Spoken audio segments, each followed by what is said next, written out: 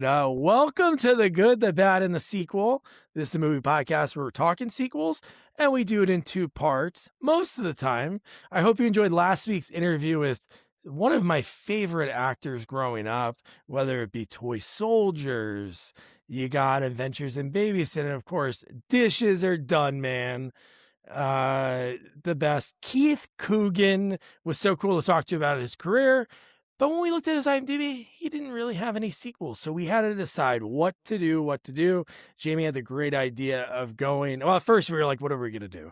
And then Jamie had the great idea, let's go back to one of like the original sequels, one of the greatest movies I think I've ever seen, Bride of Frankenstein. But before I say anything else about some of these very graphic death scenes that happen in this movie that you don't expect at first, and then they happen, I got to introduce you to my partner in the sequel watching journey, Jamie Riccardi. Jamie, how are you? Doing fantastic, Doug. How are you doing?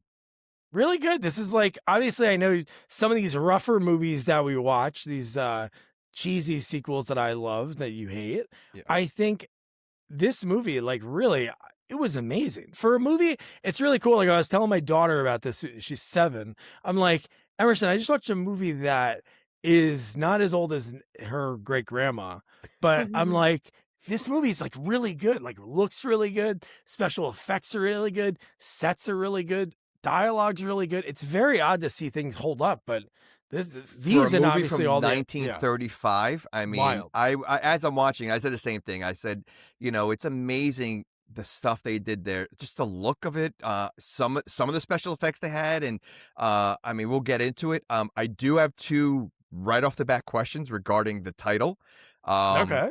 But I don't know if you want to introduce our guest first. I want to introduce our guest, but Okay. what did you want? Nuptials? You wanted an actual wedding scene, picking out the flowers? I'm just saying, because, I want to dive right into this because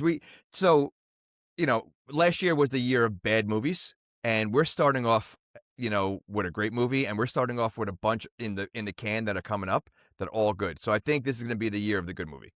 Yeah, so like you said, let me introduce our guest. Really cool to have somebody that actually has family ties to this movie. Royalty. And royalty, universal royalty, Antonia Carlotta. Antonia, how are you? Hi, I'm doing great. How are you? Really good. It's so cool that Jamie connected with you, and you have an amazing YouTube channel that's just at Antonia Carlotta, which I'll put in the episode notes, and people can follow you on Instagram at the same name at Antonia Carlotta, and I'll put that in there as well.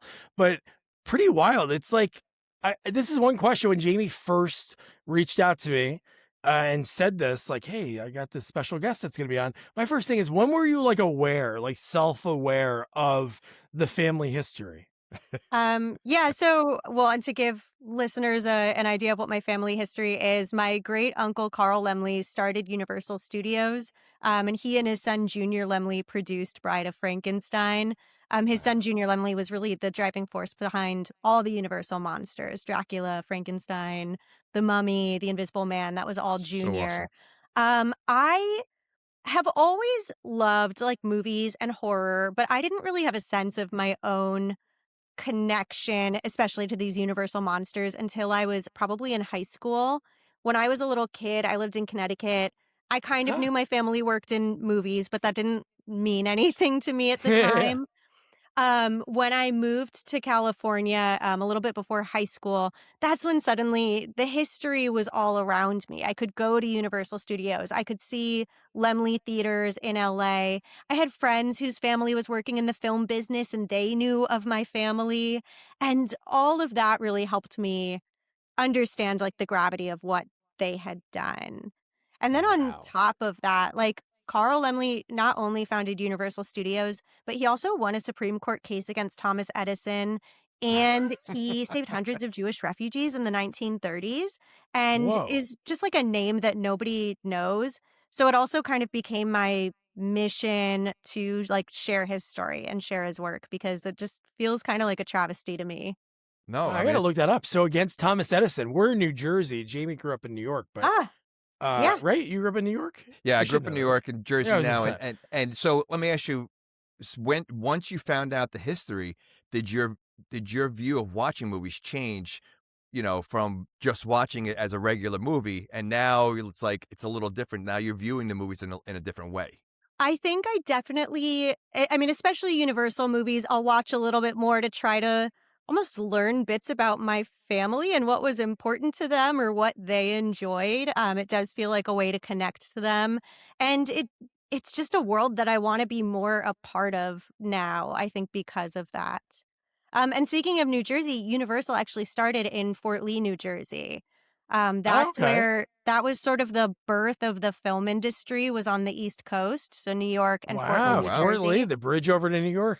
Yeah, and a big part of why it moved to California is because of Thomas Edison. He had a whole monopoly over the industry. He was pretty tyrannical about it. Who knew Thomas Edison was a troublemaker? Yeah. You know, I mean, it's just that's, He wow. gets a pretty good like revisionist rewrite these days, but I Wow. got new not research. There's great. a town, Edison, New Jersey, and there's like a Thomas Edison State College and a Thomas Edison Park. Okay, well now it makes sense. Not a good guy, but he helped to have it be in sunny California. You imagine if That's New right. Jersey was the where the film industry was. I don't think it would be that. You know, it Yeah. wouldn't be Well, like, and wow, the bright like And lights. Fort Of Lee is such going. a like compacted town. I'm surprised, like of all cities in New Jersey, like Fort Lee is that's weird.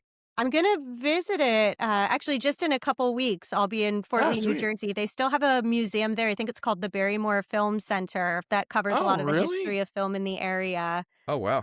But yeah, at the time, so Thomas Edison sued Carl Laemmle specifically 289 times, which I think the goal was just to bog him down in lawsuits and put him out of the business. But Carl fought them all. That was part of how his sort of independent production company became Universal because he combined it with all of these other film companies to fight Edison. And then just to get physical distance between him and Edison, because Edison had these guys who would come like destroy your projectors and, Oh tear my down god, your Edison was a theater. Like mafioso. it was kind of mafia Sweet. style. So Oh just to my put god. physical distance between Edison and Universal and the film industry, they moved out west. And then once they got here, they were like, oh, the weather's great. We can film year Yeah. round. It's beautiful. We've got Well, I'm all no of these longer a landscapes fan in of like Thomas 3 Edison now. hours. Oh man, were your parents in the film industry when you were in Connecticut? No, No. not at all. It skipped a couple generations. Oh, okay. So none of even like your aunts and uncles weren't I involved. Well, so some of them. So Oh, okay. my family was forced to sell Universal in 1936, so not too long after The Bride of Frankenstein. Wow. And I did have relatives. I had a great grandfather who was a director at Universal, but he died in the 30s. I had a great aunt who she speaks the opening lines in Dracula. She was the prima ballerina in Phantom of the Opera. Wow. She lived to be 104, so she only passed away in 2014. But she would do acting things here and there in her older years, Yeah. but she was old by the time I knew her.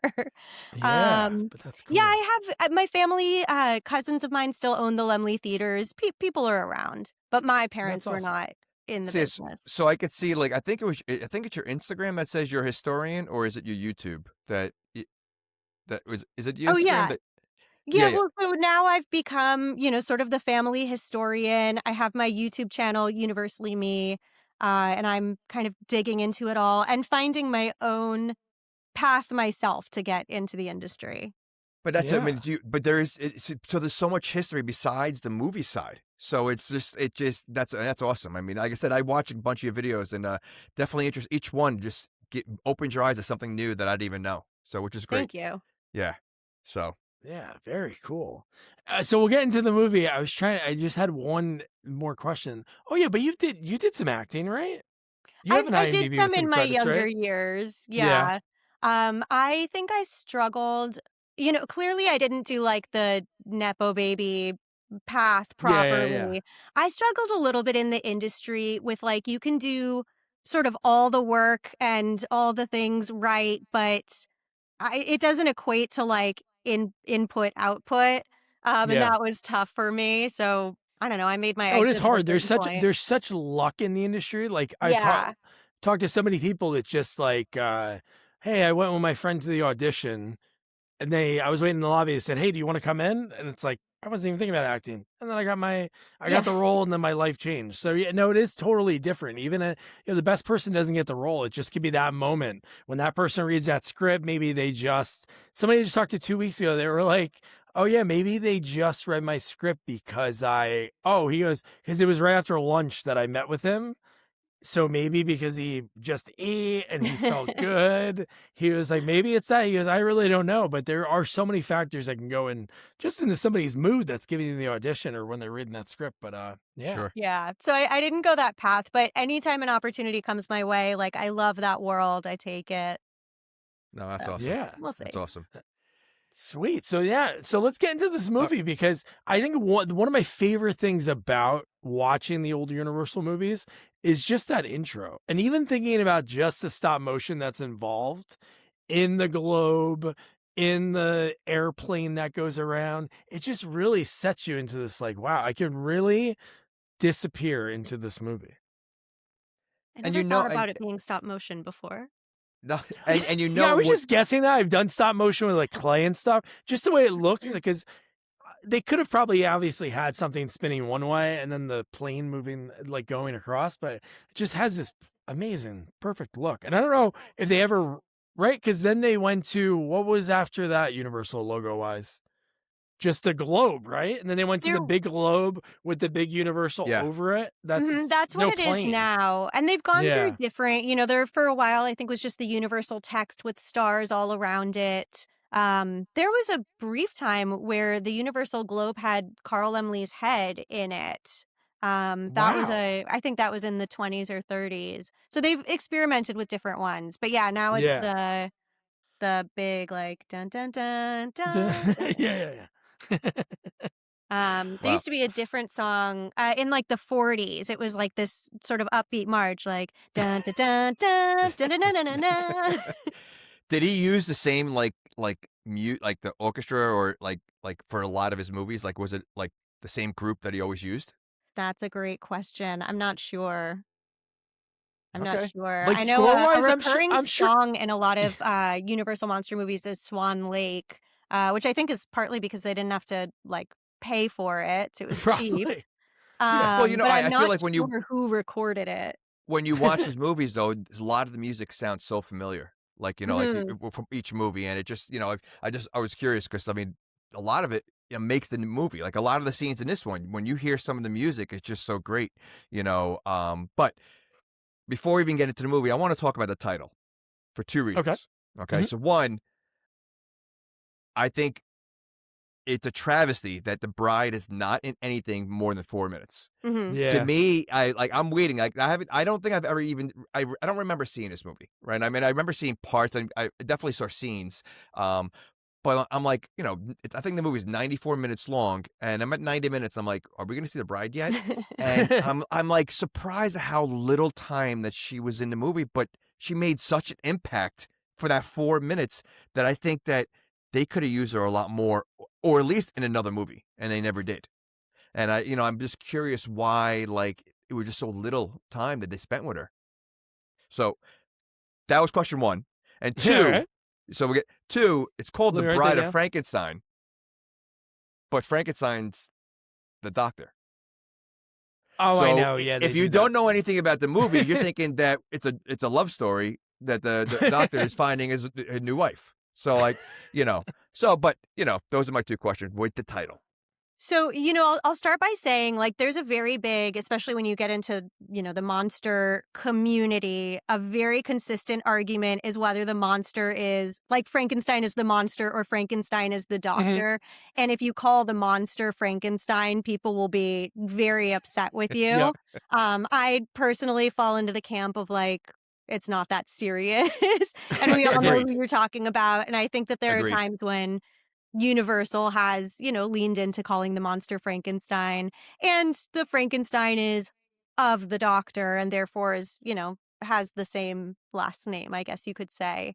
I think that the bride is also a bride of the doctor, he made that bride, and therefore that could explain it. And I only say it I'm also jokingly because not I sure agree. what do you have like an alternate title suggestion? Do I have Wow, there you go.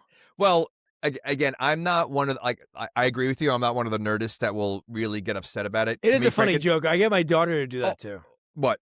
Just as a joke, just say like somebody goes to Frankenstein, she Yeah, goes yeah, "This of course. monster. And come on, everybody knows it's Frankenstein. I mean, you're going to go in Halloween, you're walking around with a green mask. Everybody knows you're Frankenstein. Yeah, You I know, know. alternative title. How about the Bride of the Monsters not in the movie until the last 4 minutes of the movie? Wow. I don't know if that would fit on a Very poster too well. That'd be a catchy. little jumbled.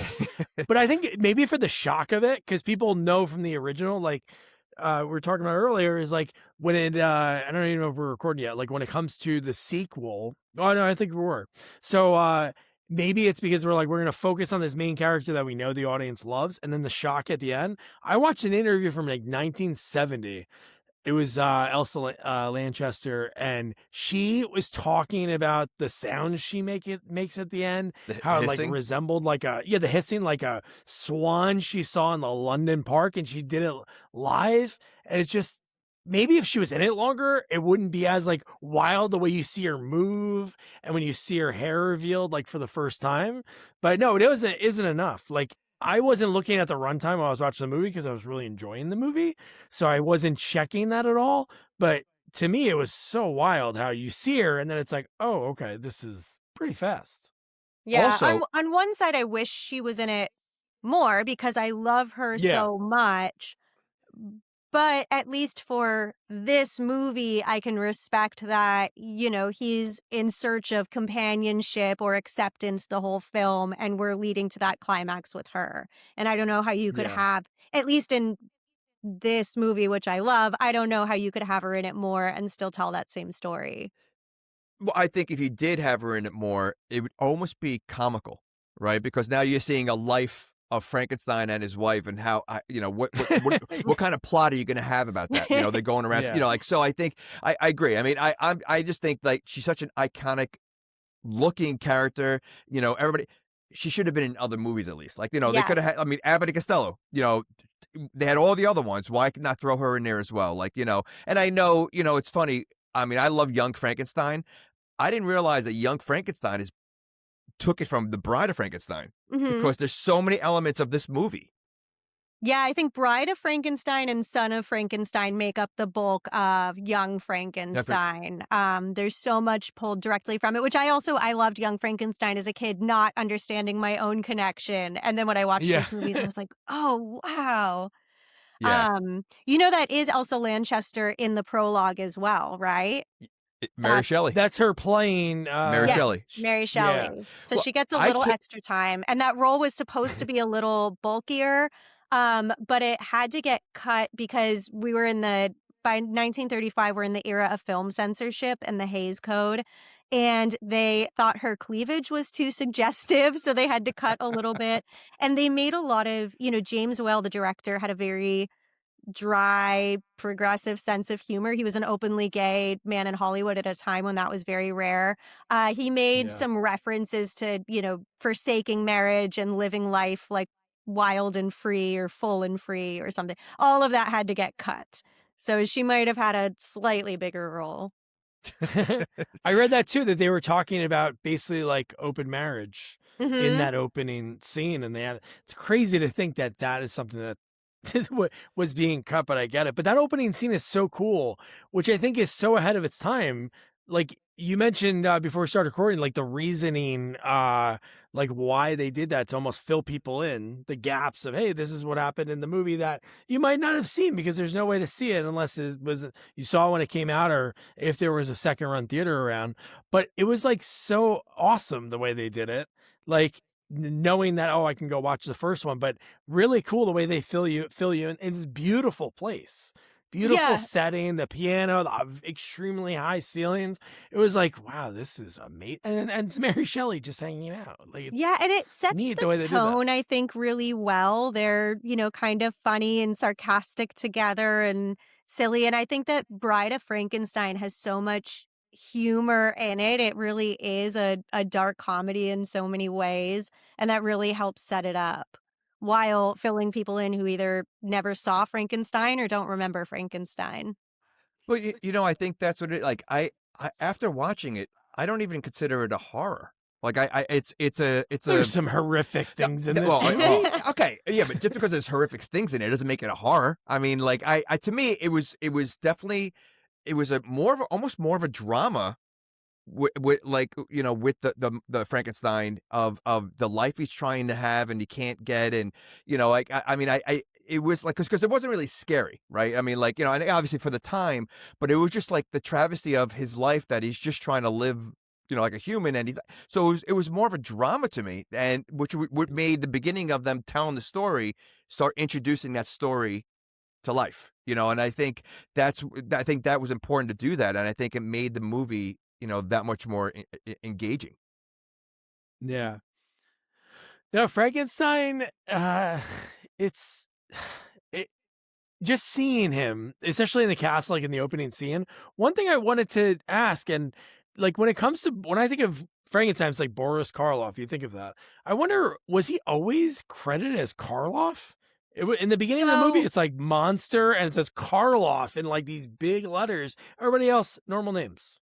So in the first Frankenstein film, he was actually only credited with a question mark. So he didn't get his name at all. He had Oh been in the wow! industry as a for many years, but always just bit parts here and there. He was like barely scraping by. He Wow. just kind of was in the right place, right time. James Whale sees him, I think, in the cafeteria at Universal one day. He does a test, like a makeup test for Frankenstein, gets the part, but they bill him as just a question mark. He's not big enough to Oh my care god! about. But Frankenstein is really the movie that launches him to stardom. So even the next year, then he's in The Mummy. That's when they're crediting him just as Karloff. And in the Mummy poster, you'll see suddenly his name is as big as the title, The Mummy. So he's, Oh, that's his cool. fame is exponential. So that was sort of how Universal credited him, I think, particularly in the monster films for the next few years. Did they did he get bigger? Like did they make him taller and bigger in the later movies? Because I remember Abbott and Costello, he was huge. Yeah, I mean, And, they definitely he had, like, lifts in his yeah, boots, and he because in had, I this think. movie he's not that tall. He's tall, but like he didn't seem like Frankenstein tall. You know. Mhm. He is not the monster in Abbott and Costello Meet Frankenstein. He only played the monster, sorry, I just thought of this, in Frankenstein the Bride and Son of Frankenstein. Oh wow. Then Oh. I think Lon Chaney plays the monster in a film, and then Glenn Strange starts playing the monster. Oh Wasn't Lon wow. Chaney the Wolfman? He was the Wolfman, but in maybe like Curse of Frankenstein or House of Frankenstein, one of those, Oh he really? briefly played the monster. Wow. Yeah, Lon Okay. Chaney Jr. is, I think, the only person to play all of the major monsters. Oh, that's Bela cool. Lugosi played many of them, but never the Wolfman. Okay. Interesting. Wow. Wow. Okay. Yeah. So that might be also why he looks a little bit Yeah, bigger. yeah, yeah. Okay. Bigger guy. Gotcha. Different And then I guy. was reading again, you don't know if anything, I'm sure you've done some research, but it says he got hurt early on in the filmmaking. Like in that So the scene, the opening scene, which we'll get into, when he fell in, he really got hurt. Once I read that, he is really laboring in a lot of scenes. Yeah, he had a brutal time filming every single Frankenstein, which I think is why he stopped after Son of Frankenstein, or one of the reasons. On the first film, well, so for all films, he was in that makeup chair for like 4 hours every single day, getting made up and putting everything on. His costume weighed, I think, something like 20 pounds between, the boots that were 5 pounds each, or maybe a little more. He had like rods in his legs. He had, the big coat, Oh, all the makeup jeez. and stuff. In the first film, there's this mountain that he has to carry Colin Clive up like over and over and over again. So he had back problems the rest of his life. The experience, Jesus. basically, it was one of the reasons that he became a founding member of the Screen Actors Guild, so that other people didn't have to go through what he went through filming. But That's cool. by 1935, we're still not perfect. So yeah, Yeah. he continued to struggle. So he only Wow. played Frankenstein 3 times? Yes. Oh, wow. He Okay. did some promotion. You'll see some pictures of him promoting Abbott and Costello Meet Frankenstein. I think at a theater, Right, right. some of that, but he wasn't in it. At a certain point, it was so grueling. With Son of Frankenstein 2, you'll see, like, he's not really the center of the film anymore. There's not a lot left to do with the monster, and he took the monster very seriously. He would call the monster the best friend he ever had. So he just felt like the respect wasn't there. And he didn't want Abbott and Costello necessarily making like a mockery of Right. this character that he loved. Gotcha. Yeah, Okay. that's awesome. That And then is he was cool. in, because I know for a fact he was in The Killer. I just double checked it because I'm like, I know one of them it is in another Abbott and Costello movie, but that's pretty interesting. Wow. Okay. So yeah, so now we talked about like, how they're basically, catching everybody up on the original movie.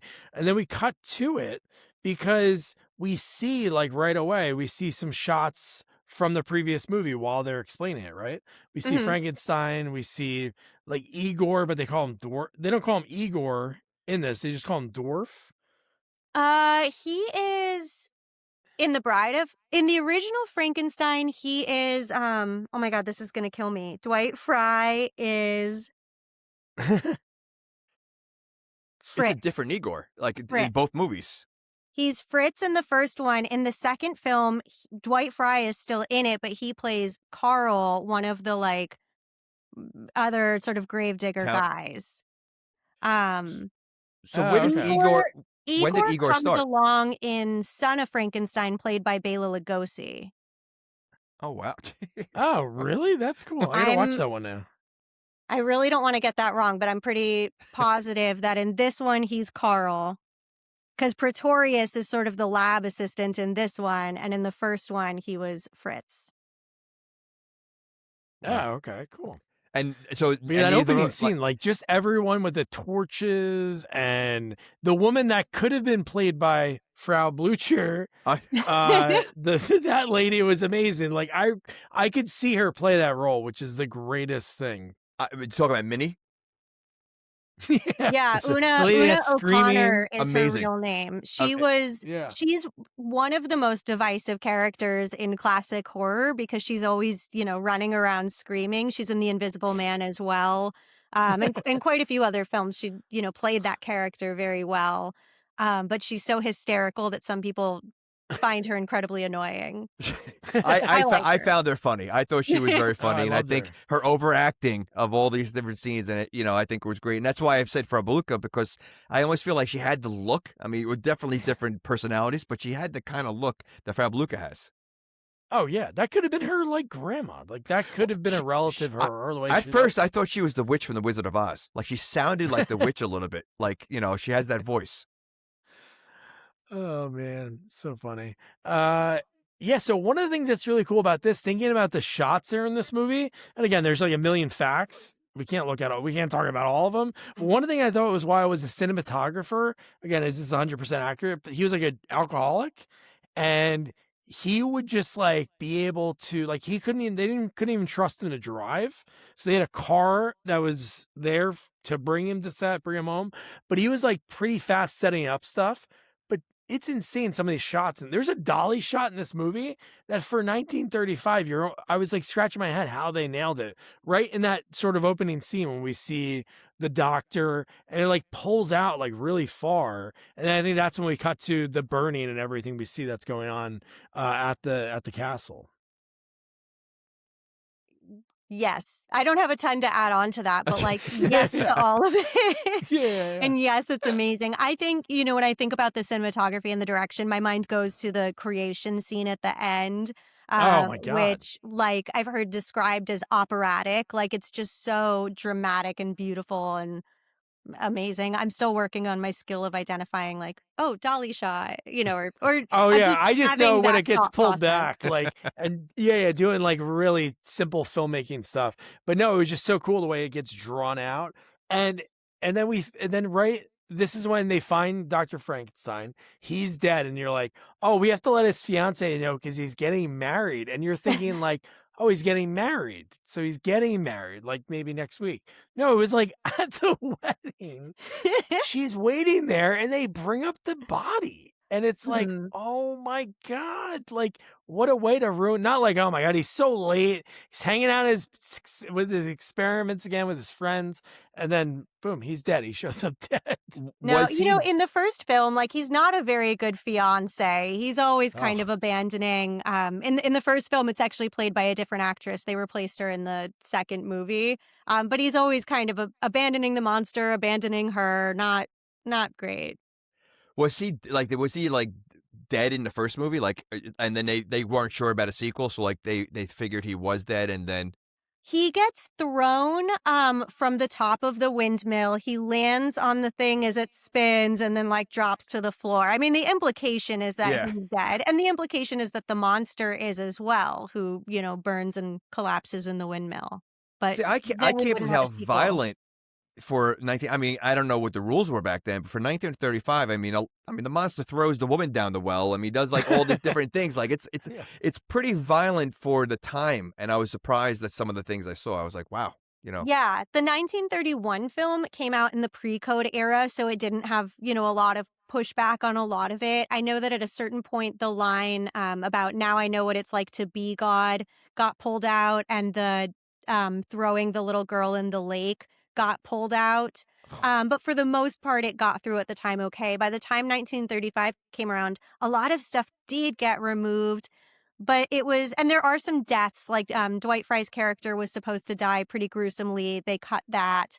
But a lot of the other stuff that got removed was kind of like I said, with the prologue stuff that was like sexually suggestive. A lot of religious references had to be changed or cut. A little less focus on the violence, I guess. Yeah, they're like, let's have the violence happen. It's perfect that Yeah. you mentioned the little Pick your girl. How battles. about like we see the scene with the uncle? Like the uncle, and I'm assuming that was like I'm guessing that was like his mom.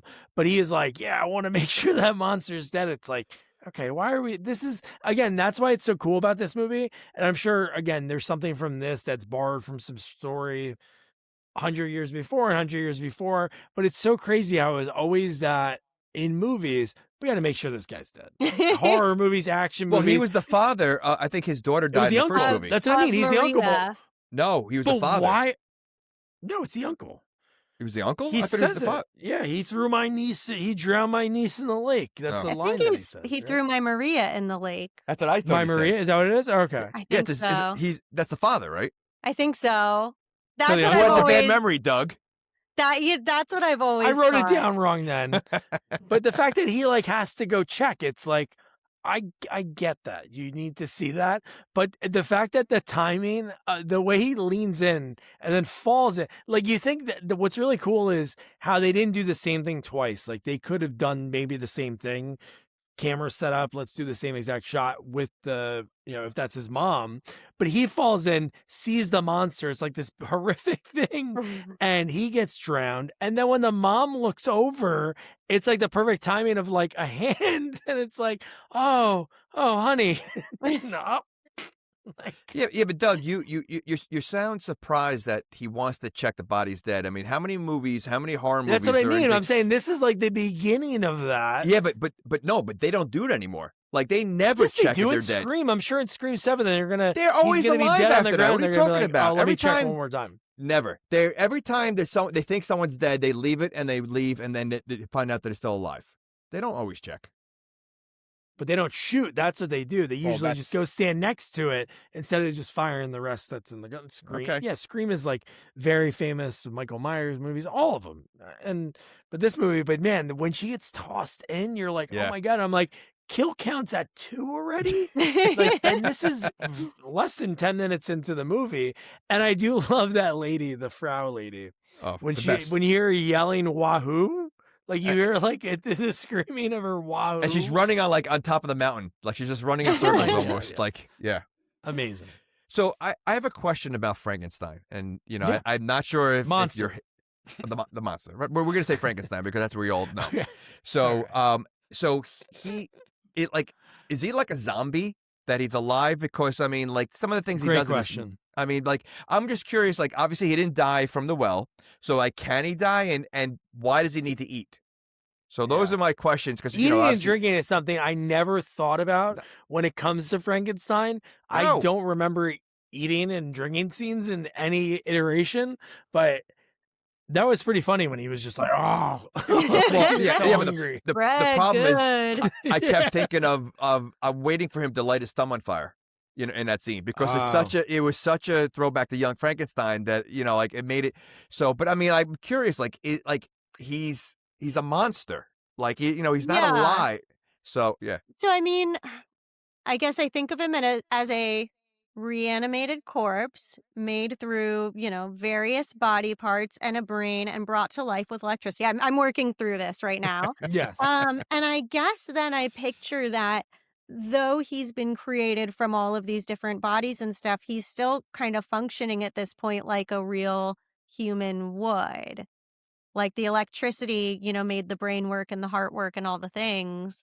And Yeah, he's therefore one might learning, need to right? eat Zombies for never learn. They're energy. usually at that okay, like okay. drooling point. Zombies are the same thing. You Zombies need to never eat people, evolve. don't They they? do, they do. Yeah, but I Yeah. don't know if zombies will die again if they don't eat. I just think they enjoy the eating. I don't know if they need to eat.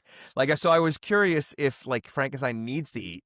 Mhm. He also gets tucked in, with a blanket. He I mean, does get so like I think in this movie he acts like a young child, which I guess it would make sense. Yeah, I guess. Yeah. he's kind of discovering the world for the first time. I think he's supposed to have a mental age. I think his age is supposed to be between like 10 and 15, something like that. Where most kids smoke cigars and drink. Oh my If they're god. handed it. Yeah, you gotta.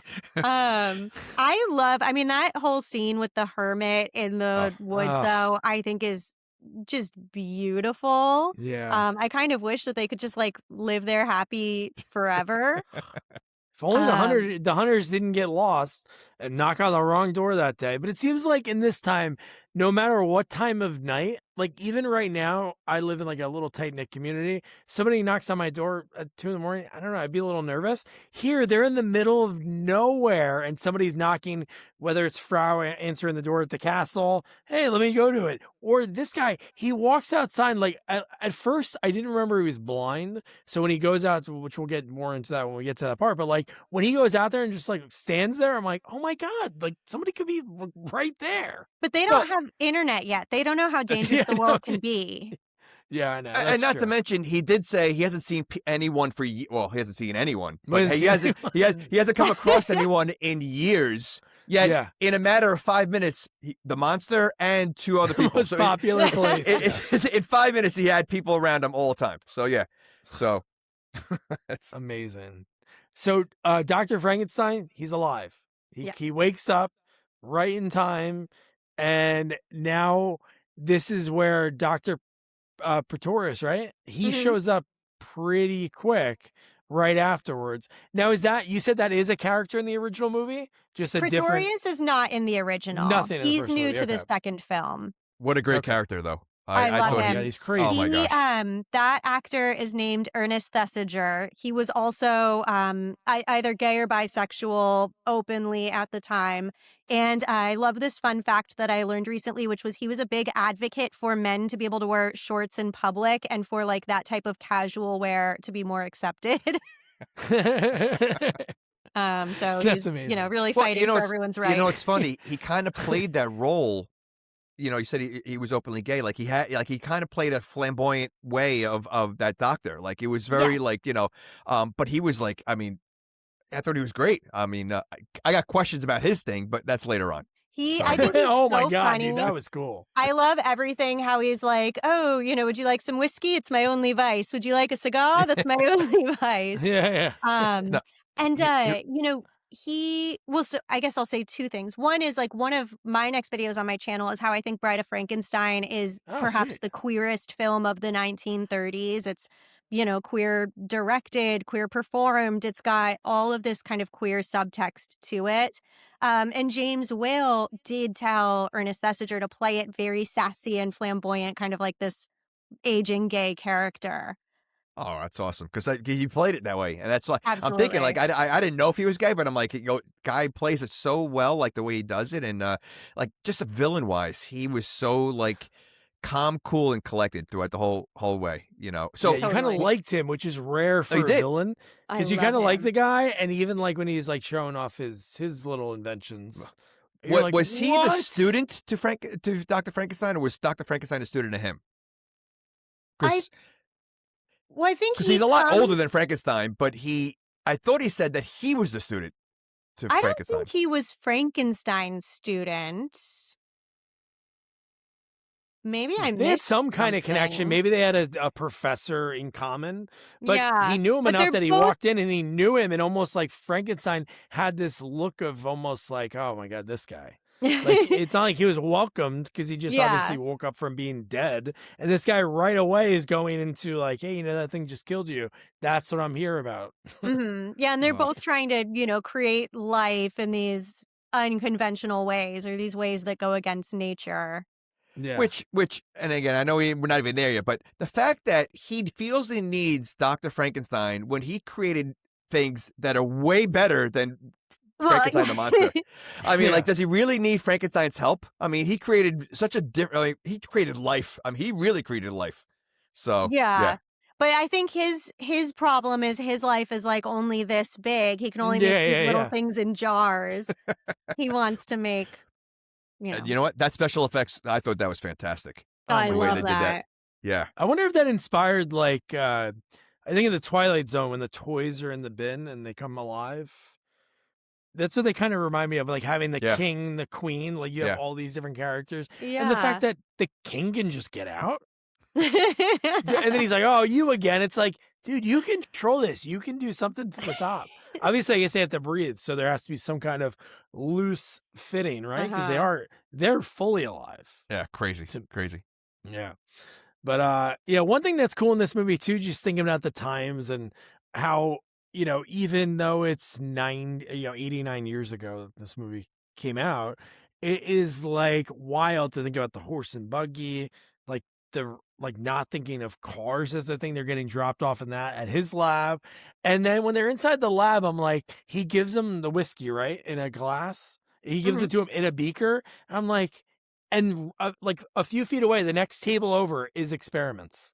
So I'm like, okay, is this beaker 100% like clean? You don't trust this guy. This guy showed up right after the time of him showing up and being alerted the news through the grapevine, like, hey, this guy actually created this monster, ripped up the town. And then this guy's like, oh, cool, I'm going to come in there and pick his brain now. Well, I like the horse and buggy part of it because I feel like it makes it feel like it's so in the middle of nowhere. Like it's so like, and that's what it feels like. And yeah, I mean, there seems to be some hesitation with Frankenstein with the other guy, and I wish we knew a little bit more about that. Why he doesn't trust him, because he doesn't seem like he trusts him right away. Yeah, that's true. There's also just to the horse and buggy instance, there's also a little bit of an ambiguous nature of like what year all of this is really happening in. Yeah, like it's not necessarily present day. It's not necessarily they never really anchor it to a time. True. Because it could be the time of when it was written, right? Like the early 1800s. Could be. Because you don't see anything that you're thinking futuristic. They're lighting lamps. There's no right? Mm-hmm. Is there any electricity? There's electricity? Oh, I guess there is in the lab, in right? There's electricity lab. in the scene. Wait, is there electricity? Designed Well, by electricity is from a lightning bolt. That's not. I'm saying in the lab. I forgot if it was all candles or if they actually had. He's pulling switches left and right. It's I think that was to trigger the lightning bolt that's coming in. I think that they know how to harness some of that electrical power. I think the castle is lit with like lanterns and candles and, those lamps that you do this to. Yeah. But all the lab equipment was designed by a guy named Kenneth Strickfaden. And so like it's become sort of our cliche lab setup today, but that came from like his brain, which I just think is very cool. And I thought it was amazing. I mean, the look of that lab, looks for 1935, that lab looked incredible. Like, that's crazy. And there's a lot of, German expressionist like influence in particularly Bride of Frankenstein, that there's a lot of like the light and shadow and really exaggerated rooms and scenes, things that almost feel it's like right on the verge of absurd or unreal. It's like almost too much, but that I think just continues to give the movie that like fantastical feel. Sure. Yeah. It is cool. I talked to production designer Mick Strawn. He worked on like Nightmare on Elm Street 3 and 4. I forgot what movie he was working on, but he went into like the where you rent like the background stuff. And in it was like stuff from Frankenstein. And he was Oh, like, that's "Wait, cool. I can just rent this?" And he was able to like I forgot what he used in a particular scene. So like for the rest of his career when he was like when he was in charge of that, he was like, "Oh, I'm gonna pick stuff from my favorite movies and put it in the background." But I'm like, "Oh, Yeah. that's really, really wild." But so this is where we're at. The people in the jars. Like this is when they're drinking a little bit, and this is where we see the king. And again, for this time, it is amazing. Like I mentioned Twilight Zone because that's what it reminds me of. I would say it rivals Twilight Zone. Like the special effects, the way they impose them onto the jars, hmm it's wild. Even though we know how they do it and you can kind of see the way their lighting is different, it looks amazing. Yeah. No, No, it's they look like they're in there. They look like they're trap bugs, like as if you had trapped the bug trying to get out. That's what they look like. And I mean, for that time, I mean, crazy. Yeah. Yeah. Were those any people? Were those any not like that I know of. bigger actors? My greatest disappointment is that the ballerina isn't my Aunt Carla. I think every time I watch, I'm like, maybe this time it'll be her. Yeah. But because she was a ballerina, she did appear in some of these films. I Oh, don't know. that's Maybe she cool. was busy that day. Yeah. Was Aunt Carla married to your uncle, like that uncle, or was it No, so different? she was my great grandfather's sister. So just Uncle Carl's niece. But she grew up, so she was born in Chicago when she was like 7 or 8. I think her dad wasn't in great health. So Carl wrote a letter like, hey, why don't you guys come move out to Universal? You can live on the back lot. I've got a bungalow for you, whatever. So they Wow. moved out. And that's literally where she grew up. She would wake up in the morning like hearing the lions roar in the Universal Zoo, and she'd just like meander around the park, and that's where her friends were. It That's was awesome. yeah, or not the park, but the back lot. Yeah, yeah. Yeah. Oh, that's um, awesome. yeah, she grew up like living at Universal, which just feels like the greatest dream. Oh my god. I talked to people that worked on the lot, like when they were coming up, and just hearing the stories, even just giving those backlot tours and seeing some of those movies being filmed, like oh my god, so cool. Totally. So how do you think the doctor was doing these experiments? How is he growing the people? He really go in depth about the process or anything. He did say it. It was something like seeds and something Oh, I did write that. else. So that And was then right. because I Okay. remember that the mermaid he said was like an experiment with seaweed is like how he got the mermaid. Um I I could mean watch he a whole kind of gets movie into on it, but him. I think if you're too Yeah. scientifically specific, like I don't know if that would I don't know how you make that make sense. See, Yeah, no, I know. I'm sorry that they didn't make a movie on him, and like those kind. I mean, for those kind of Write it. experiments and a movie like that, I think that's a movie that I would want to hear about. You know, that's Mhm. pretty As cool. we're recording this, they're coming out. It's so funny. Like Jamie just said, "Hey, let's do this," and I see a trailer for The Bride. That's Yes, this, Maggie which is Gyllenhaal's the bride. Yeah, which But is it's insane. The people that are in the very movie. different though. yeah, that's Yeah, exactly what I was gonna say. It's kind of like a Harley Quinn Yeah, Joker it's set bride. in It's set in Brooklyn, right? I think it's I set think in so. 30s Brooklyn. It's like but it has mobster bride. yeah. That's I was saying. It looks like if I was telling Doug the other day with the trailer, I said it looks like a mafia movie. If you didn't see it and just listened. Because they all have even the bride has like a mobster Italian accent. You would think it's a mafia movie, so it'd be interesting to see. Yeah, Yeah, I'm excited. I'll say like I know a lot of people are anti sequel or remakes or reimaginings. I know people can get very I don't know, boo to those traditionalist about people. those things.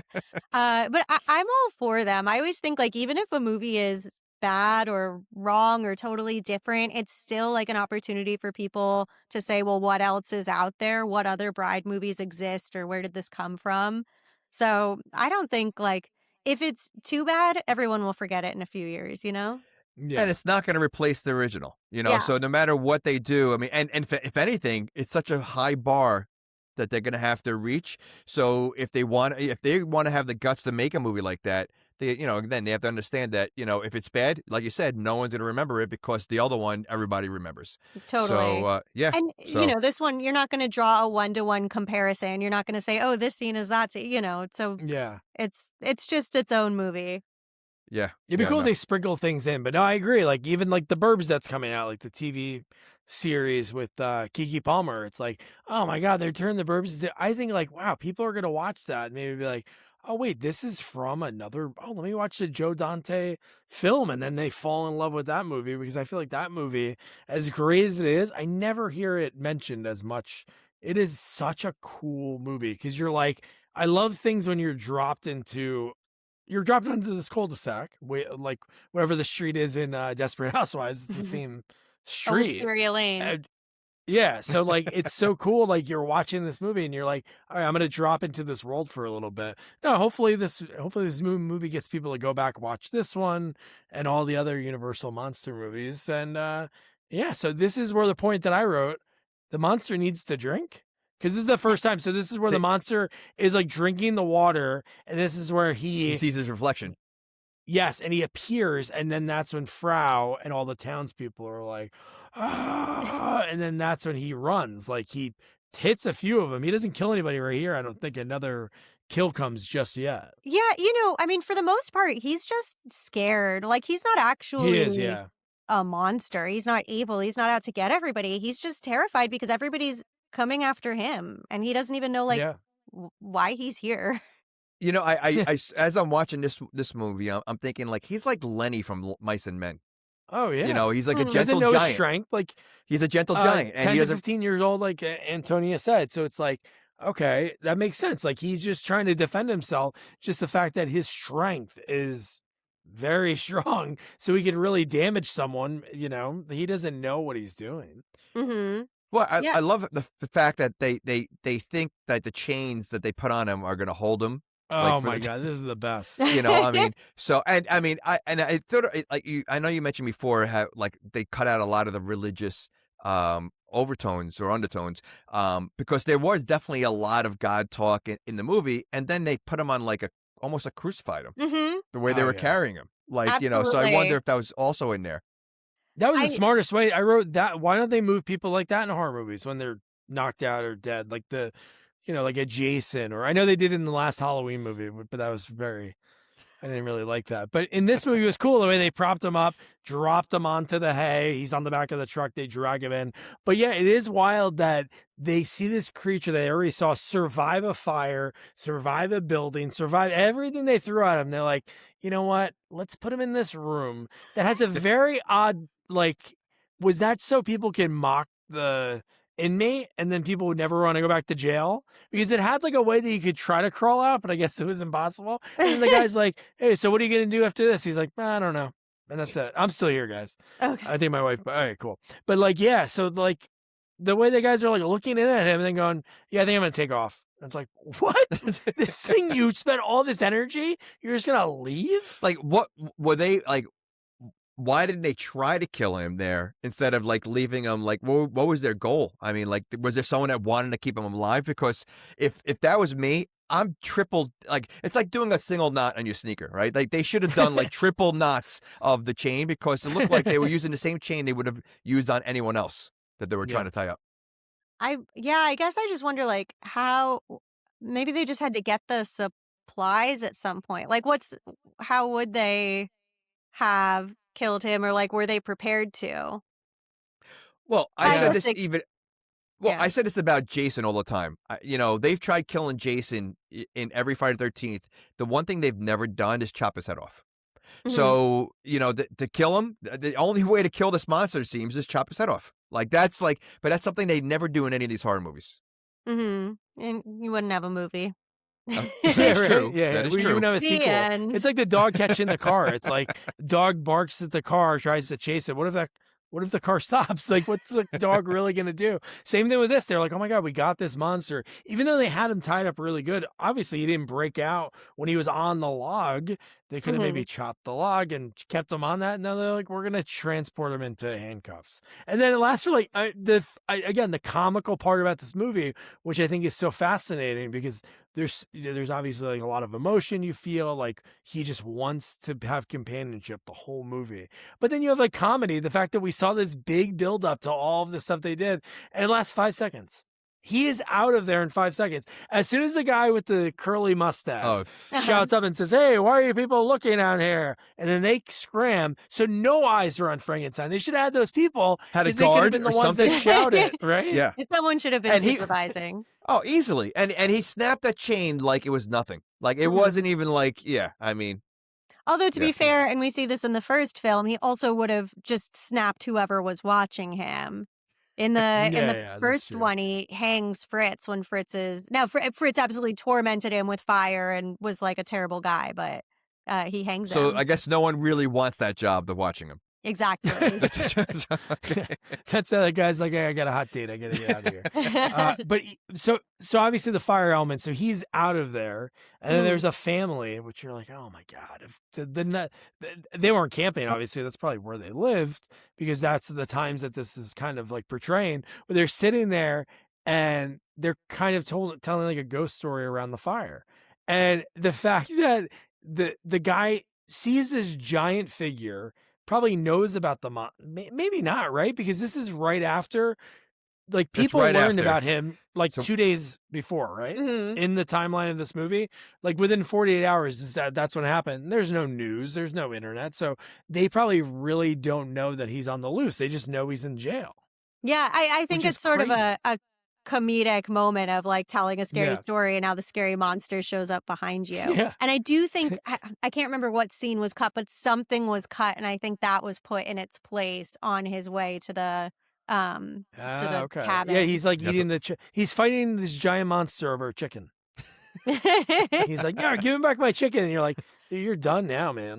But then we get to like the sweetest scene of the movie. And I think one of the I don't know, man. This is like, my wife's an English teacher. She was watching it with me and it was like, wow, she's like, and she loves Frankenstein and Mary Shelley. And she was like, oh my God, this is such a beautiful scene. When he hears the violin and he like stops in his tracks, and just that whole thing between him and the blind man is just beautiful. And you get it again, like a lot of things in this movie, it's just not enough, but it's like in the end of the movie, it's a perfect length of a movie. It could have obviously had scenes added, but it's such a beautiful film.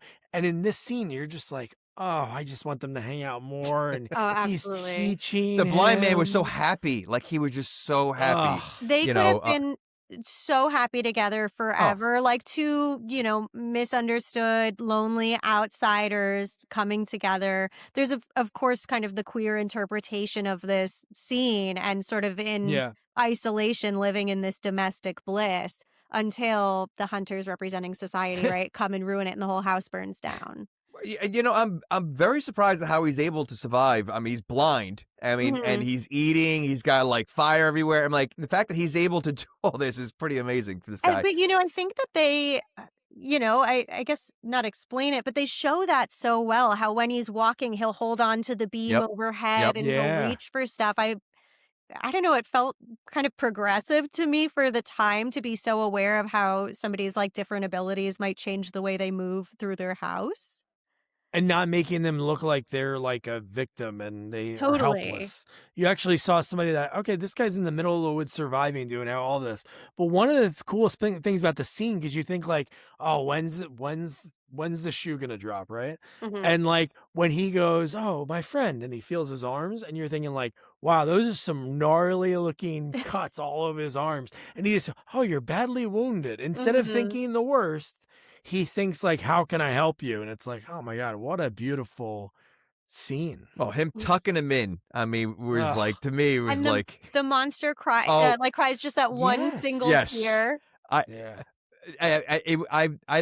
never knew that was gonna happen. The fact that, like, again, they made, like, that's why this is like a drama. This movie, it's like it's like a sad movie. This poor monster. The only thing I don't like is the talking part.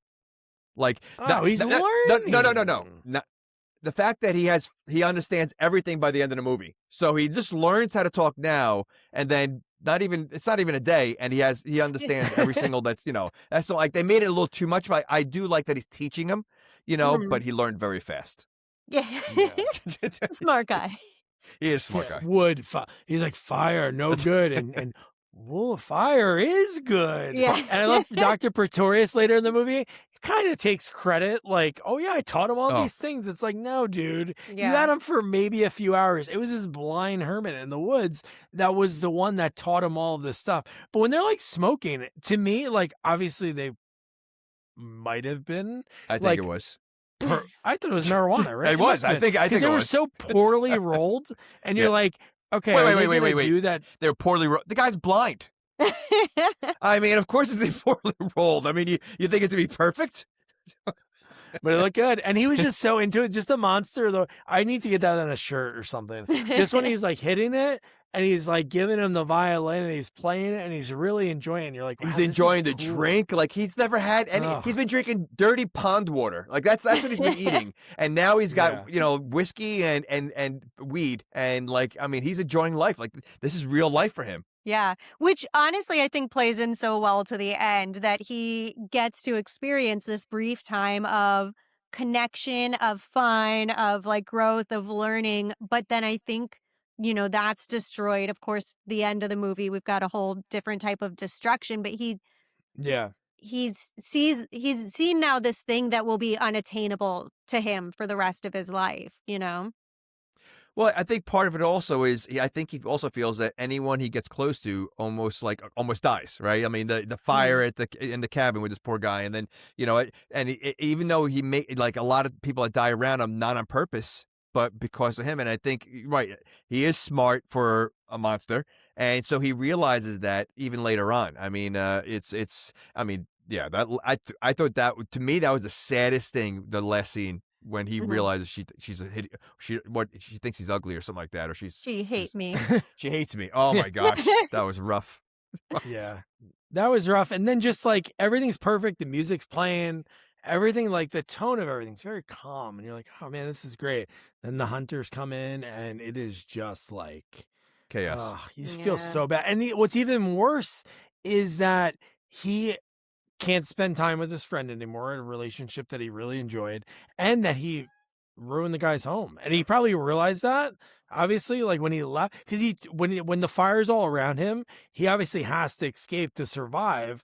But you can almost like think they don't mention it because he's not having like, you don't hear inner dialogue or him having like normal conversations about what was happening prior with Dr. Pretorius.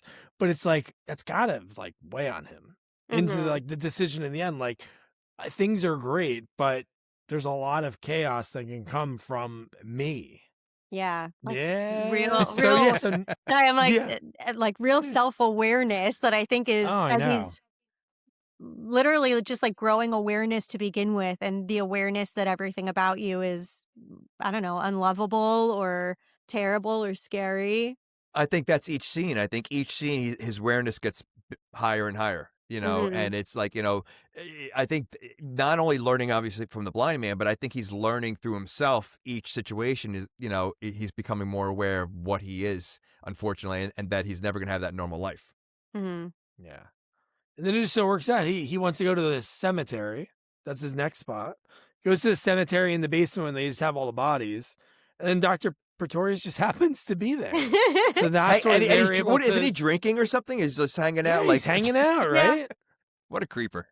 I mean, that's just all the like candles and stuff all around him, the bottle of wine or whiskey or whatever. But I'm not surprised. Yeah. He seems like a guy that would hang out He gives there. him the cigar. Yep. He gives him the whiskey at this point. He also doesn't seem that surprised that the monster's speaking. Like he says, he said something like, "Oh, you speak now," or something like that. Like he wasn't like, to me, like that would be like amazing. Like now it's like, he didn't seem that surprised. I think it's that just like gay sensibility, honestly. Yeah. And the doctor tells him, I want to make a woman for you. And you see him like really happy. And then one of the lines he says, and the way he talks, obviously like a caveman, because his brain is just learning all this, is "I love dead, hate living." Which one of my favorite lines. I also love like when he says, "I want to make a friend for you," or a woman for you. He starts by saying like friend, and then he's like, "No, a companion," and leads him to this other place of what this woman is supposed to be for him. But I find that interesting. Which And is yeah, something love that he's dead, probably hate not living. seen, right? I was gonna Obviously, say, Dr. how does he Frankenstein know? spoke of race, like he knows Dr. Frankenstein had someone, so he knows what it is, but he probably doesn't really put a finger on it because he didn't experience that. He doesn't Right. understand it. Not like, here's Yeah. how it applies to me. Right. Yeah. So Dr. Pretorius now he wants to be like, oh, I got your guy, so now you're gonna come help me. And I love that it's almost like a reveal of like what's behind door number 1, because he talks about like, oh, I met somebody that's really gonna convince you to do this, and then opens the door and it's like, oh my, and then you see him, no, get out of here, leave. Well, somehow Frankenstein now becomes like like the fact that he knows where the Dr. Frankenstein's wife is, where he's able, like he's almost like he's now understands so much in Mhm. so little time.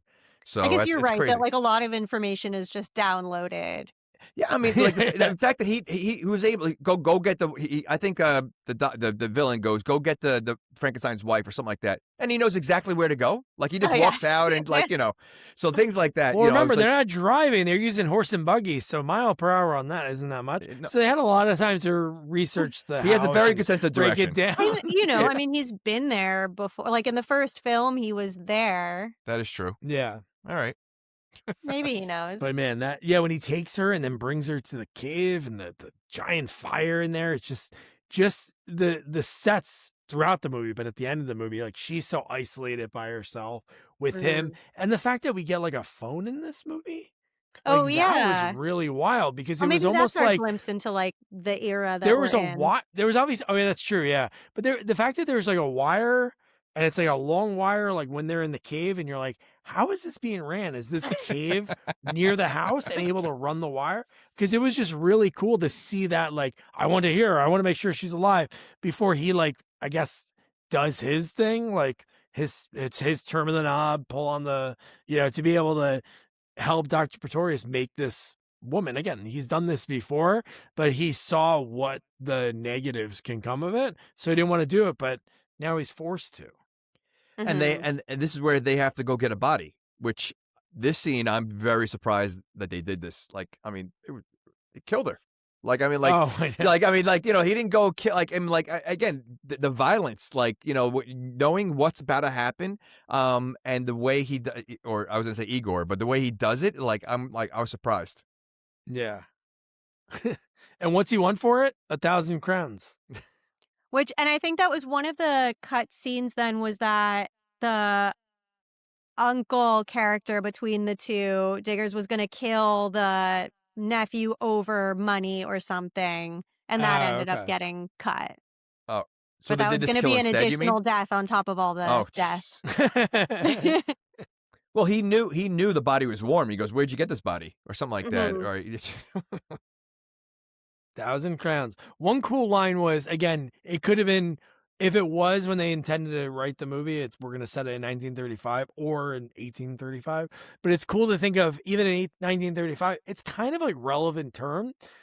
He goes, think of a time that we'd be burned at a stake for these ideas not too long ago. And it's like, that's crazy to think 1935. That is something that's in your head. Burned like, at the stake? Yeah. Because that would be Salem witch trials, yeah, right? the witches. Was that the latest of it? Was that like that was what? What year was that? 1600s? I was going to say 16 or 17. I was going to say 18. So like, I don't know. I'm not on my witches. Let's see who wins. Salem witch trials. But yeah, but even so, it's like still crazy to think about. Like when you're watching some of these movies, even from like around this time or even a little bit, they talk about these references like it's really not that long ago. Like they talk about the Civil War. It's like, oh yeah, you knew someone in the Civil War.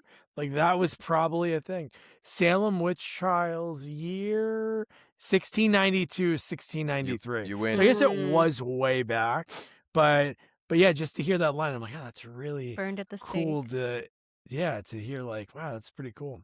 That's like there's so many, and I couldn't tell you a single one right now, but just so many things that we say today that come from Shakespeare that are now just, our normal. Yeah. I'm not going to have an example, so just cut this out.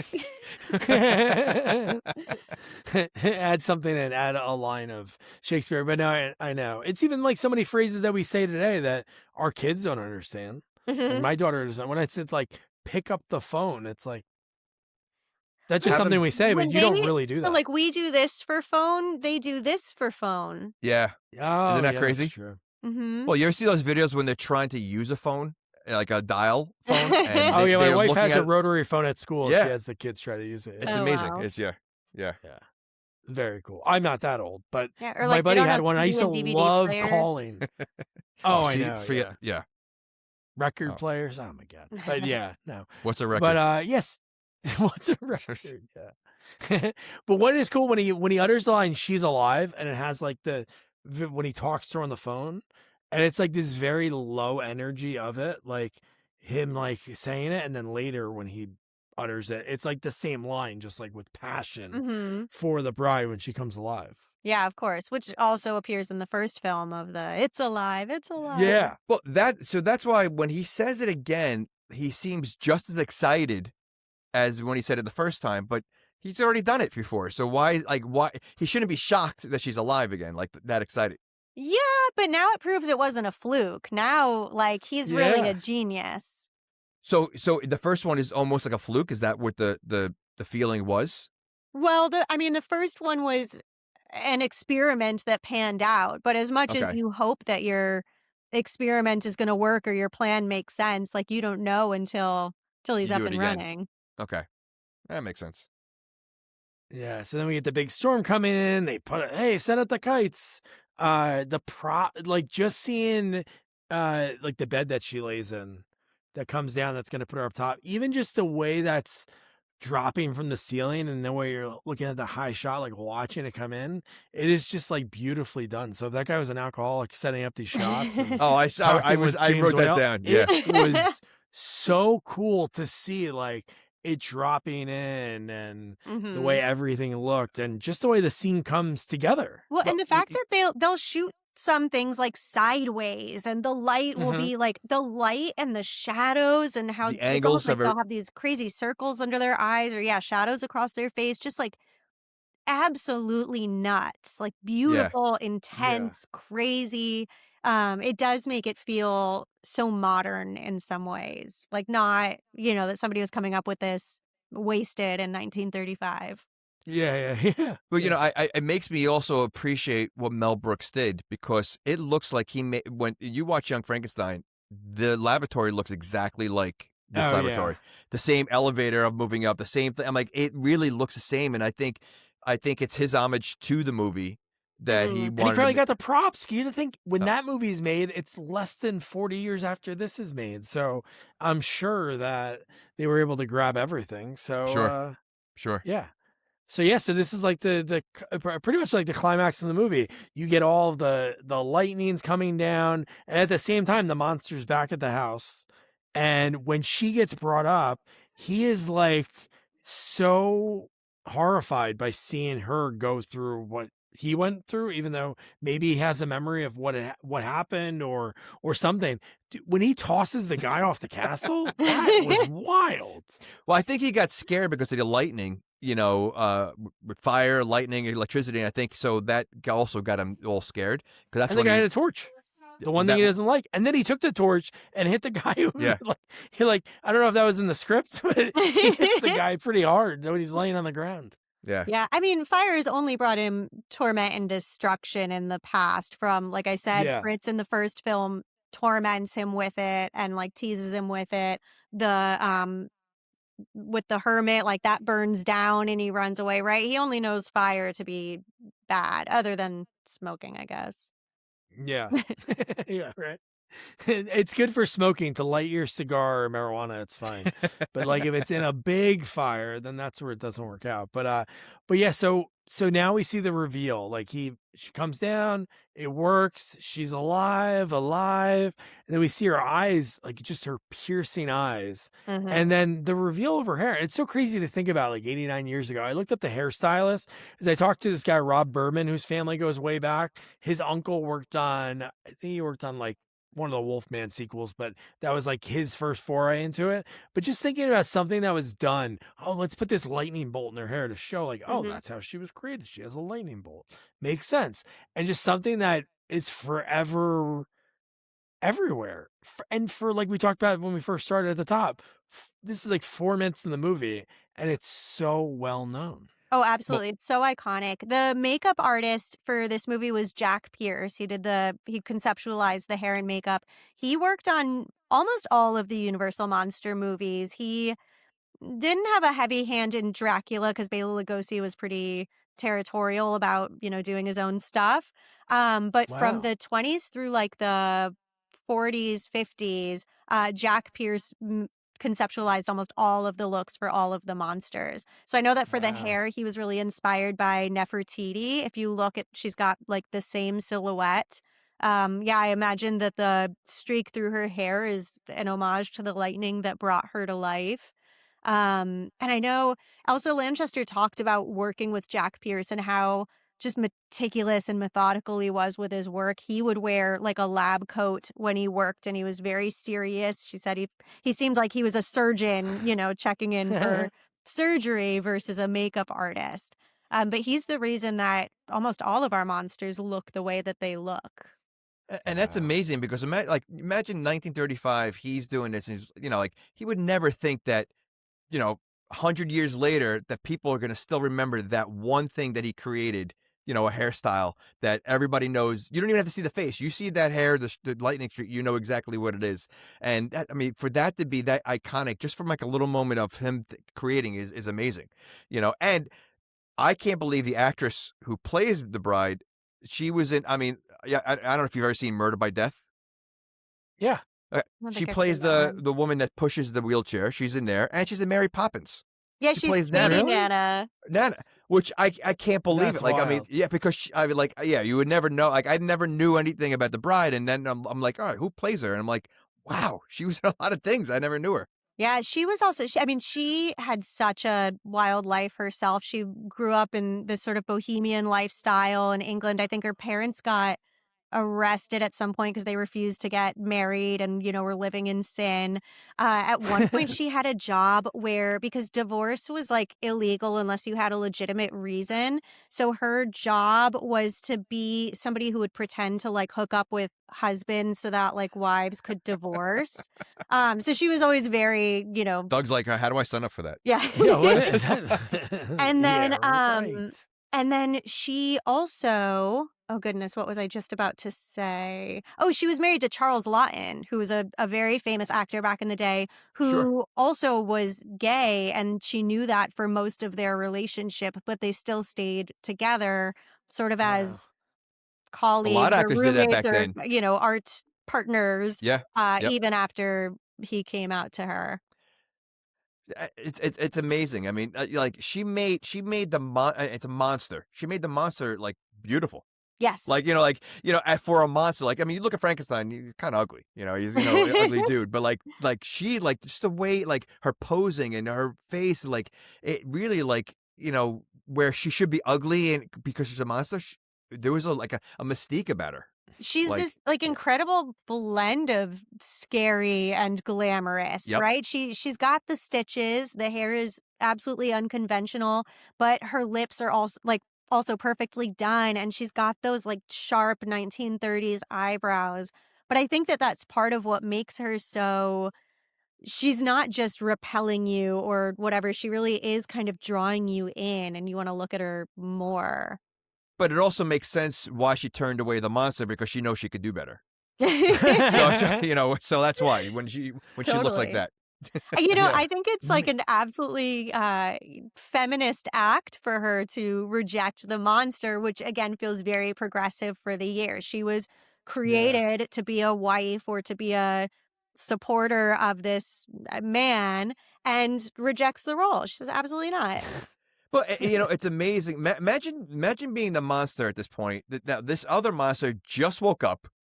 Really, the only three people she's ever seen are the three that are in that room, and she's repulsed by him. Like, I mean, like, how bad? Because she doesn't know what ugly is. I mean, like, how bad you got to feel that this is the first thing she sees, and she, you would think like she'd be just amazed that she could see anything. Yet Well, she's repulsed by him. Yeah, but if somebody came over and like held my hand and started creeping up the second I met them, Yeah, yeah. like I don't need to know the world to know that's icky. That is Yeah, true. right. But yeah, what she does in 4 minutes is pretty Oh. insane. Just like thinking about an impact made in a movie. I'm sure there's others throughout the history that, but I don't know if anybody's less than 4 minutes or less than No. 5 minutes. That And I hiss. really behind that. feel like no actress would have done it the same. How you were saying she modeled the hiss and those sharp movements after the swan. Yeah. Like who else would have Who would've come thought up of that? with that? Yeah. How would you think of that? That it's like, oh yeah, you're gonna be this. You're a monster. You're coming to life. What is your first move? And it's like that's what she thought about. I'm gonna She focus thought on a how like duck. horrific I mean, they were in the parts. Yeah. But it works so well. I mean, Yeah. it like that original hiss before she and her screams alone. I mean, but the way she looks at him and like you could see like the repulsive, like the scaredness. How she's a monster, but she's so scared of him. Like she does an incredible job. Yeah. It Yeah. all ends pretty quick because he's like, this is wrong. And he wants the, Frankenstein to leave with Elizabeth. So he even says Henry, right? I feel like he says. Yeah, so Henry and Elizabeth. Henry and Elizabeth get to go. I don't exactly understand why, but good for them. And Pretorius and the bride stay with him. So it's like, you go, we belong, dead. Yeah. Oh my God, dude. That line, and as quick as he doesn't give them a lot of time to get out, but they get out just in time, like most movies. And just even that looked good. And you're like, well, they're doing this in 1935 on some. Was this all? There's all a backlot? Yeah, for sure the first two the Dracula and Frankenstein were stage 12. I think the Bride of Frankenstein was on the same soundstage, which is still on the Universal backlot today. That's cool. I know up until Wow. a few years ago, The Voice was filming in that soundstage. It was like one of their Oh, biggest. wow. So yeah, So I think it was that same soundstage. And they did a Halloween Horror Nights maze through that soundstage, not this year, but the year before, which was That's classic monster theme, but it wasn't very good. So The bride had like a bow and arrow. It was like oh weird. my gosh. So are the Universal Studios, like the theme parks, are they connected to your family? Like So Uncle Carl did a version of the studio tour all the way back in 1915. That was like one of he was known for sort of his publicity and promotional skills. And so one of the early ways that he promoted his studio was by inviting people to come take a tour at Universal. You would get to watch movies get made because they were silent. So you could cheer on the good guys and boo the bad guys. You get a picnic. You could go see the Universal Zoo because that was at one time like the biggest zoo on this side of the Mississippi, I guess. Wow. And because Universal had been a functioning chicken ranch before it came Universal, for like an extra nickel, you could take a basket of eggs home at the end of your stay. So that was the tour under Carl. Once sound film came in, then they did away with it. And then in the 60s is when they started, I think 1964 is when they started the tram tour, kind of a version of what we know today. And the first rides, I want to say, was somewhere in the 70s or 80s, something. It was a little later. Yeah, that sounds right. I think the 70s. now, have you gone to the new Universal now Epic Universe to see the Monster Ride? Yeah. So I got, I guess I'll call it lucky last year. So Peacock released a documentary maybe a month ago called Epic Ride, the Universal story or something like that, which I'm in. And so they interviewed me for it. And because I was in that, they invited me to the opening of Universal, of Epic Universe. So they filmed a little bit of me exploring it on the opening day. And I got to walk what they called the celestial carpet and get interviewed. And because I was even there kind of a day earlier for the media day, it was basically empty. I walked on Monsters Unchained like 5 times in a row. Like just and how were you impressed by it? Like the monsters? Yes. I thought have you been? No. I was at Universal like 2 years ago, but I haven't been there yet because I'm waiting for the lines to die down a little bit, and But so Darkmoor in the Dark Universe section was so cool. You really feel like you're dropped into like an old Frankenstein village or Dracula village. Monsters Unchained, I absolutely loved that ride. And I feel like it's one of those ones where you can keep riding it and find little Easter eggs and things that you missed. The Curse of the Werewolf roller coaster was really fun. I liked it. I heard that maybe there's more land behind that they might be able to expand into over time. So I just would love for it to get Yeah, bigger. sure. Oh, Sure. and they have a windmill that every now and again actually lights on fire. Oh, Which is wow. really that's cool. awesome. So yeah, I Where- love Yeah. Darkmoor and just the whole epic universe. I really liked the concept, how you walk through these portals and I swear, Another world. transported to different lands. Yeah. I hadn't even seen How to Train Your Dragon yet, but I'm now a How to Train Your Dragon fan because it was so beautiful. Yeah, I'm dying to Um, go. So where can we watch that? What you said It's on On Peacock? and it's called Okay. Epic Ride, and then there's a Okay, little Cool. addendum to the title that I don't remember. I think it's No, I'll put the link in the episode notes. That's pretty cool. Amazing. Epic Ride. I want to see that. I thought the That's video awesome. was really fun, or the documentary was really fun. I'm in the first episode, and then at the very end of the last episode. There's 3. Cool. Okay. Sweet. I'll check it out. Yeah, I know I'm you good. have a hard stop because you have to I do, unfortunately. No, Sorry, that's fine. Richard. So no, it's fine. No, thanks so much for joining us. Yeah. So one question I want to ask: what is your since you have the ties to the Universal movies? Do you have a personal favorite of the Universal monsters that you're okay, that's my guy or that's my film? So I actually think Bride of Frankenstein might be my favorite Wow. film. So Nice. that's why I'm jumped at the chance Perfect. to do this. And the Frankenstein monster is my favorite monster. I think because I really just feel for him so much, right? We've all been in that wanting to connect with others, wanting to be loved, wanting to understand this crazy world around us. And so I just love him for that.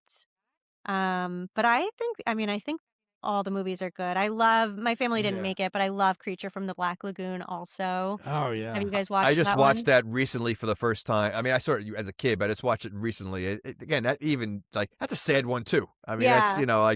I think they all have that sadness to it, in a way. Yeah, I mean, I haven't seen them all, but The Wolfman, Creature, Frankenstein and Bride, all sad. I would say Dracula and the Invisible Man, they're closer to villains. well, the Invisible Man's arrogant, right? He's Yeah. arrogant, and Well, Dracula's it's a Vincent jerk. Price.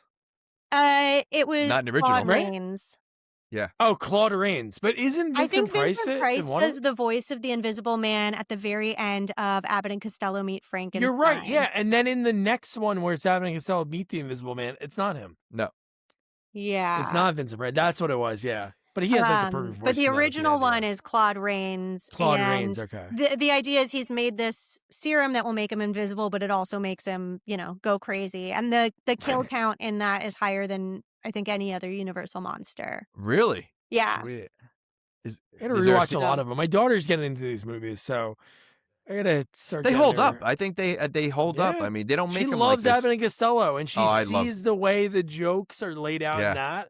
Yeah. And it's oh, they do that in SpongeBob, or they do that in other movies or TV shows that we watch. So Yeah, No, Abbott and it's, Costello Meet Frankenstein is it's so many kids and now grown-ups, but once kids first entrees into the monsters and sort of loving them when they're little.